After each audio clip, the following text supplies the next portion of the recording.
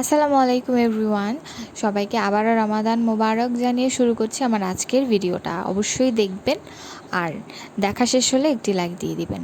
তো এখানে আমি সেহরি থেকে স্টার্ট করেছিলাম। আমার সেহরিতে ছিল হচ্ছে আমি ভাত খেয়েছি, ভাতে ছিল টমেটোর সালাদ নিয়েছি, আর একটা ডিম ভাজা নিয়েছি, আর চিকেন ছিল। এই সিম্পল কিছু দিয়ে আমি সেহরিটা করে নিয়েছি। তো আমার সাথে আপনারা দেখতে পাচ্ছেন আমি এখন আমার আব্বুর ভিডিও করছি, কারণ হচ্ছে আমার আব্বু ঘুমায়নি এখন পর্যন্ত। আলহামদুলিল্লাহ সে দ্বিতীয় রোজার সেহরি করছে। তো খুব সুন্দর একটা ভিডিও আমি আপনাদের সাথে শেয়ার করলাম। তাকে হচ্ছে সে পরোটা খাবে বলেছিল, তো আমরা তাকে হাফ করে পরোটাটা দিয়েছিলাম, কারণ সে খুব অল্প খায়, যেহেতু খুব ছোট্ট মানুষ, তো অল্প খাবার খায়।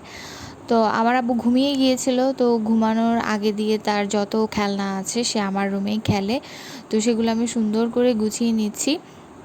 তো আমার আব্বু ও যে যা যা খেলনা দিয়ে খেলে, তার বই পুস্তক, আর তার খুব ফ্যাসিনেশন হচ্ছে তার গাড়ি। তার অনেক গাড়ি আছে, বাট এই অল্প কটা আমার খাটের মধ্যে ছিল, তো আমি সেগুলো সুন্দর করে গুছিয়ে রেখেছি।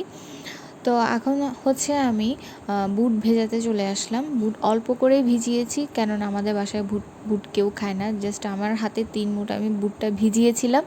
তো এখন সুন্দর করে আমি পানি দিয়ে ভিজিয়ে রেখে দিচ্ছি। তো সেহরির আর বেশি সময় নেই, দেখতে পাচ্ছি যে আজান দিচ্ছে। তো আমি পানি খেয়ে আমার সেহরিটা শেষ করলাম। দেন হচ্ছে আমি ডালটা ভিজিয়ে রেখেছি, বুটের ডাল।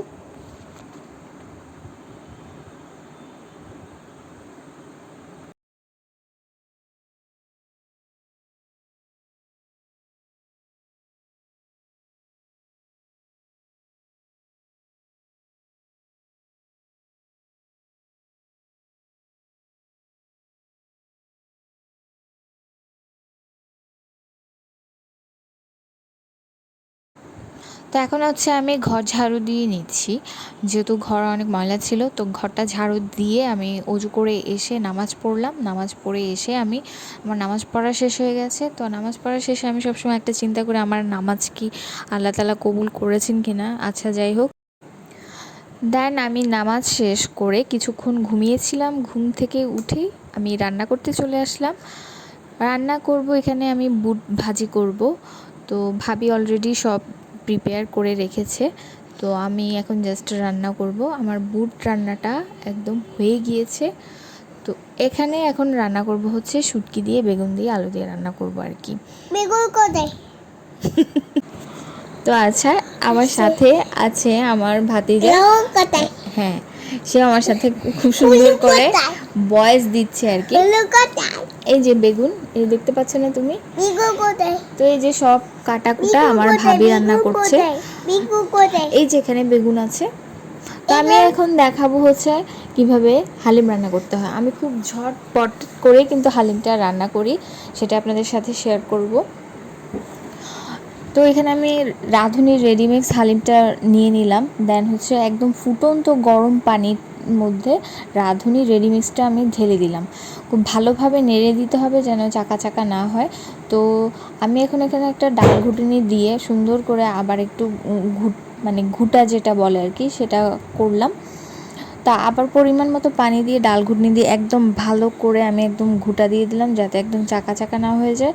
এতে করে হবে যাতে ডালটা একদম সিদ্ধ হয়ে যাবে। আমি ফুটন্ত গরম পানি যেহেতু দিয়েছি, ডালটা অলমোস্ট সিদ্ধ হয়ে যাবে।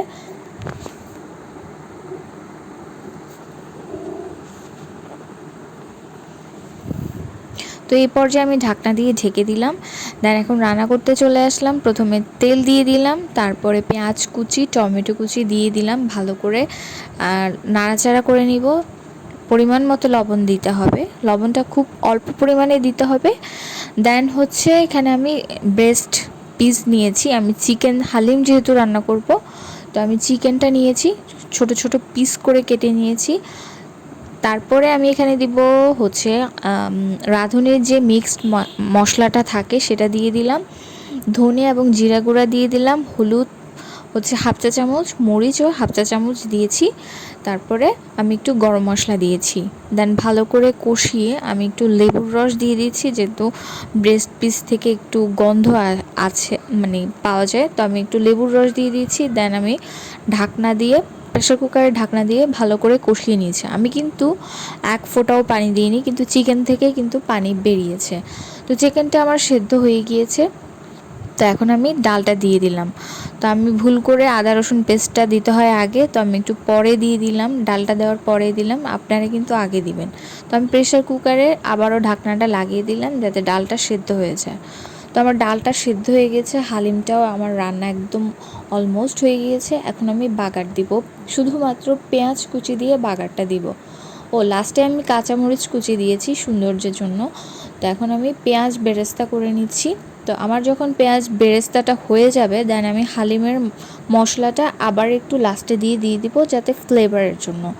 তো আমার পেঁয়াজ বেরেস্তাটা হয়ে গিয়েছে। দেন আমি এখন হালিম এর যে ডালটা সেটা এখন বাগার মধ্যে দিয়ে দিব। তো আপনারা দেখতে পাচ্ছেন কত সুন্দর একটা অ্যারোমা যে আসছে। যখন আপনারা রান্না করবেন তখনই বুঝবেন। আমার হালিম রান্না করতে কিন্তু বেশি সময় লাগে না, প্রায় 5 থেকে 10 মিনিট সময় লাগে। তো হালিম রান্নাটা এতটা কঠিন না। এখন এখানে হচ্ছে ডাল, বুটের ডাল যেটা ভিজিয়েছিলাম পেঁয়াজও বানাবো। তো আমার ভাবি অলমোস্ট সব কিছু করে রেখেছে। তো আমার ভাবি এখন ডাল রান্না, সরি, পেঁয়াজও ভাজছে আর কি। তো আমার ভাবির পেঁয়াজটা অসম্ভব মজা হয়। তো ভাইয়া বাজার করে নিয়ে এসেছে, অলরেডি ইফতারের টাইম হয়ে এসেছে। তো এখন হচ্ছে মোনাজাত করছে, আমার আব্বু সাথে আছে। তো আমার বড় ভাইয়া মোনাজাত করছে। তো আমার ভাতিজা পাশে বসে আছে, সে কিন্তু আমাদের সাথে সবসময় চেষ্টা করে আমাদের সাথে একসাথে খাওয়ার জন্য। কিন্তু আর বেশি সময় নেই। এই যে সুন্দর করে গুছিয়ে রেখেছে, আপনাদেরকে দেখাচ্ছি। আমার ভাবি সুন্দর করে গুছিয়ে রেখেছে আর কি, জাস্ট আমি একটু রান্না করি এই আর কি।